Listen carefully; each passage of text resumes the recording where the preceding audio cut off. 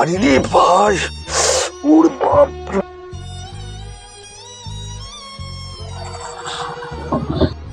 আরে এটা তো মনে হচ্ছে কষ্ট হচ্ছে।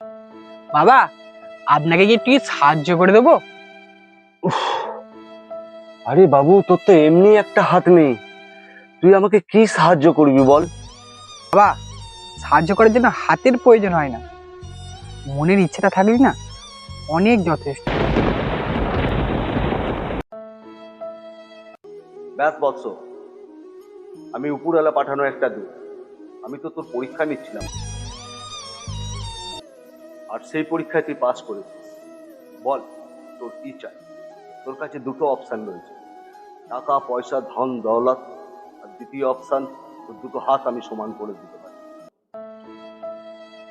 টাকা পয়সা তো আমি পরেও কামিয়ে নিতে পারি, কিন্তু আমার এই দুটো হাত, ভগবান আমার এই দুটো হাত সমান করে দাও। তথাস্তু।